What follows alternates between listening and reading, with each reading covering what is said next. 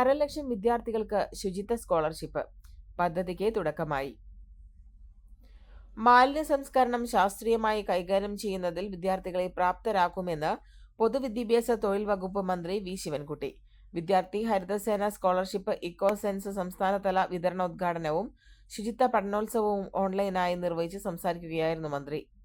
പാഠപുസ്തകങ്ങളിൽ നിന്നും ലഭിക്കുന്ന അറിവുകൾക്ക് പുറമെ മാലിന്യ നിർമ്മാർജ്ജനത്തിലും ഹരിതചട്ടത്തിലും പ്രായോഗികമായ അറിവുകൾ കുട്ടികൾ നേടേണ്ടത് അനിവാര്യമാണെന്നും പുതുതലമുറ പരിസ്ഥിതി ബോധമുള്ളവരായി വളരണമെന്നും മന്ത്രി കൂട്ടിച്ചേർത്തു. വിദ്യാർത്ഥികൾക്ക് ശുചിത്വ രംഗത്ത് വലിയ മാറ്റങ്ങൾ സൃഷ്ടിക്കാനാകുമെന്ന് പരിപാടിയിൽ അധ്യക്ഷത വഹിച്ച തദ്ദേശ സ്വയംഭരണ എക്സൈസ് പാർലമെന്ററി കാര്യ വകുപ്പ് മന്ത്രി എം പി രാജേഷ് പറഞ്ഞു. മാലിന്യ സംസ്കരണ രംഗത്ത് ജനങ്ങളുടെ മനോഭാവം ഇനിയും മാറേണ്ടതുണ്ട്. ഈ മാറ്റത്തിന് വഴിയൊരുക്കാൻ വിദ്യാർത്ഥികൾക്ക് കഴിയുമെന്നും മന്ത്രി പറഞ്ഞു. 45,830 വിദ്യാർത്ഥികളെയാണ് ഈ വർഷം ഇതുവരെ ഇക്കോ സെൻസ് സ്കോളർഷിപ്പിനായി തിരഞ്ഞെടുത്തത്. ഗ്രാമപഞ്ചായത്തുകളിൽ നിന്ന് 50 പേർക്കും മുനിസിപ്പാലിറ്റികളിൽ നിന്ന് 75 പേർക്കും കോർപ്പറേഷനുകളിൽ നിന്ന് 100 പേർക്കുമാണ് സ്കോളർഷിപ്പ് നൽകുന്നത്. തിരഞ്ഞെടുക്കപ്പെട്ട ഓരോ വിദ്യാർത്ഥിക്കും 1,500 രൂപയും പ്രശസ്തി പത്രവുമാണ് നൽകുന്നത്. വിദ്യാർത്ഥികളിൽ ശാസ്ത്രീയമായ പാഴ്വസ്തു പരിപാലനശീലം വളർത്തുക, ഹരിത നൈപുണികൾ വികസിപ്പിക്കുക, പ്രാദേശികമായ മാലിന്യ പ്രശ്നങ്ങൾക്ക് നൂതന പരിഹാരങ്ങൾ കണ്ടെത്തുക എന്നിങ്ങനെയാണ് സ്കോളർഷിപ്പിലൂടെ ലക്ഷ്യമിടുന്നത്. തദ്ദേശ സ്വയംഭരണ വകുപ്പിന്റെ നേതൃത്വത്തിൽ പൊതുവിദ്യാഭ്യാസ വകുപ്പിന്റെ സഹകരണത്തോടെയാണ് പദ്ധതി നടപ്പിലാക്കുന്നത്. പാലക്കാട് തൃത്താല ഗാമിയോ കൺവെൻഷൻ സെന്ററിൽ നടന്ന പരിപാടിയിൽ Thrithala block panchayat president PR Kunjunni മുഖ്യാതിഥിയായി. തദ്ദേശ സ്വയംഭരണ വകുപ്പ് സെക്രട്ടറി TV അനുപമ സ്വാഗതവും പാലക്കാട് ജില്ലാ ജോയിന്റ് ഡയറക്ടർ K ഗോപിനാഥൻ നന്ദിയും പറഞ്ഞു. വിവിധ ഗ്രാമപഞ്ചായത്ത് പ്രസിഡന്റുമാരായ doctor TV Nisha, Jayanthi Vijayakumar, K Sasirekha, Naseema Nasar, Ramla Veerankutty, KP Vibileesh, സംസ്ഥാന ശുചിത്വ mission director S Jahangir, Ottapalam DEO Siju Thomas, Thrithala AEO K Prasad, ത്രിതല പഞ്ചായത്ത് അംഗങ്ങൾ, വിദ്യാർത്ഥികൾ, അധ്യാപകർ, ഉദ്യോഗസ്ഥർ തുടങ്ങിയവർ പങ്കെടുത്തു. സുഹൃത്തുക്കളെ, തദ്ദേശ സ്വയംഭരണ വകുപ്പും പൊതുവിദ്യാഭ്യാസ വകുപ്പും സംയുക്തമായി നടപ്പിലാക്കുന്ന വിദ്യാർത്ഥി ഹരിതസേന സ്കോളർഷിപ്പ് ഇക്കോ സെൻസ് പദ്ധതിയുടെ സംസ്ഥാനതല വിതരണ ഉദ്ഘാടനം നിർവഹിക്കുന്നതിൽ എനിക്ക് വലിയ സന്തോഷമുണ്ട്. ശാസ്ത്രീയമായ മാലിന്യ സംസ്കരണം, പരിസ്ഥിതി സൗഹൃദ നൈപുണ്യ വികസനം എന്നിവയിൽ നമ്മുടെ വിദ്യാർത്ഥികളെ പ്രാപ്തരാക്കുക എന്നതാണ് ഈ പദ്ധതിയുടെ പ്രധാന ലക്ഷ്യം. ഈ വർഷം 45,830 വിദ്യാർത്ഥികൾക്ക് സ്കോളർഷിപ്പ് വിതരണം ചെയ്യുന്നു.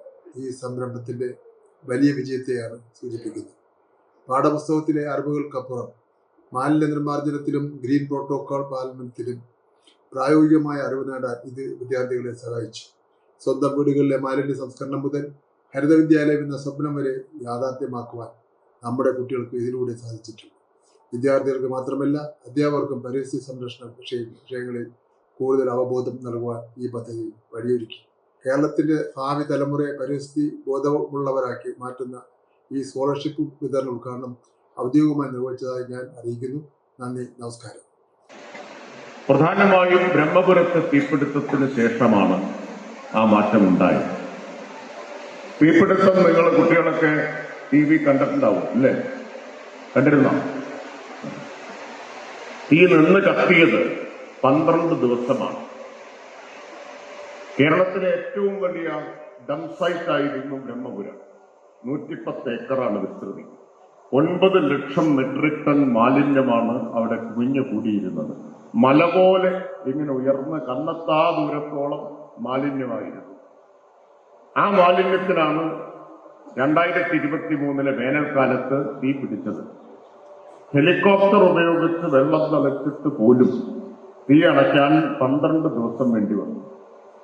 ഫയർഫോഴ്സിലെ ജീവനക്കാരൊക്കെ ജീവൻ പണയം വെച്ച് കഠിനമായ പ്രയത്നമാണ് നടത്തിയത്. ആ തീപിടുത്തത്തിന് അന്ന് വലിയ വിവാദങ്ങളൊക്കെ ഉണ്ടായി, വലിയ വാർത്തകളുണ്ടായി, ചർച്ചകൾ TV-യിലുണ്ടായി, എല്ലാം ഉണ്ടായി. പുക പടർന്നു. കൊച്ചിയിലേക്കും ആലപ്പുഴയിലേക്കും ഒക്കെ പുക പടർന്നു. അതുവരെ ഈ മാലിന്യമൊക്കെ സുഖമായി വലിച്ചെറിഞ്ഞ് സ്വസ്ഥമായി കഴിഞ്ഞിരുന്ന ആളുകൾക്ക് പുക ശ്വസിച്ച് ശ്വാസം മുട്ടലായി, ആശുപത്രിയിലായി, ആകെ പ്രശ്നമായി. അപ്പൊ വലിയ വിവാദമായി.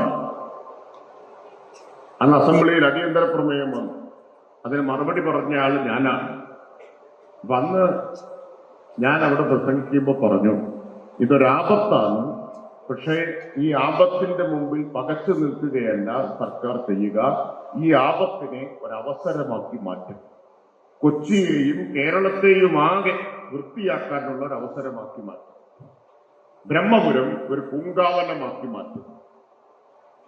സ്വാഭാവികമായും എന്തായിരിക്കും പ്രതികരണമെന്ന് നിങ്ങൾക്ക് ഊഹിക്കാവുന്നതേ ഉള്ളൂ. എന്തൊരു തള്ള നീ തള്ളുന്നത് എന്നായിരുന്നു പ്രതികരണം.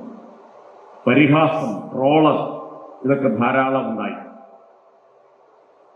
തീയണച്ചു. എല്ലാവർക്കും ശ്വാസം പഴയതുപോലെ കിട്ടാൻ തുടങ്ങി. എല്ലാവരും അത് മറന്നു.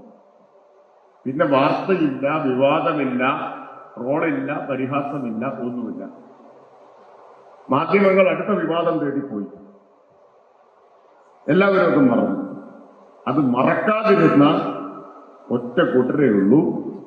അതാരാണെന്ന് അറിയോ? അത് മറക്കാതിരുന്നതാരാ? മറക്കാതിരുന്നത് സർക്കാർ മാത്രമാണ്. സർക്കാർ കൂടി മറന്നിരുന്നെങ്കിൽ ബ്രഹ്മപുരം പഴയ ബ്രഹ്മപുരമാവും, കേരളം പഴയ കേരളമായിട്ടുണ്ടാവും. നിങ്ങളുടെ വീടൊരുക്കാം ഇനി സ്വപ്നം പോലെ. ഫർണിച്ചർ പാലസ് ചാലിശ്ശേരിക്കൊപ്പം നിങ്ങളുടെ സ്വപ്ന ഭവനത്തിന് ആഡംബരവും ഗുണമേന്മയും പകരാൻ ഇനി ഒരു പേര് മാത്രം. ഫർണിച്ചർ ഹോൾസെയിൽ റീറ്റെയിൽ രംഗത്തെ പ്രമുഖരായ ഫർണിച്ചർ പാലസ്.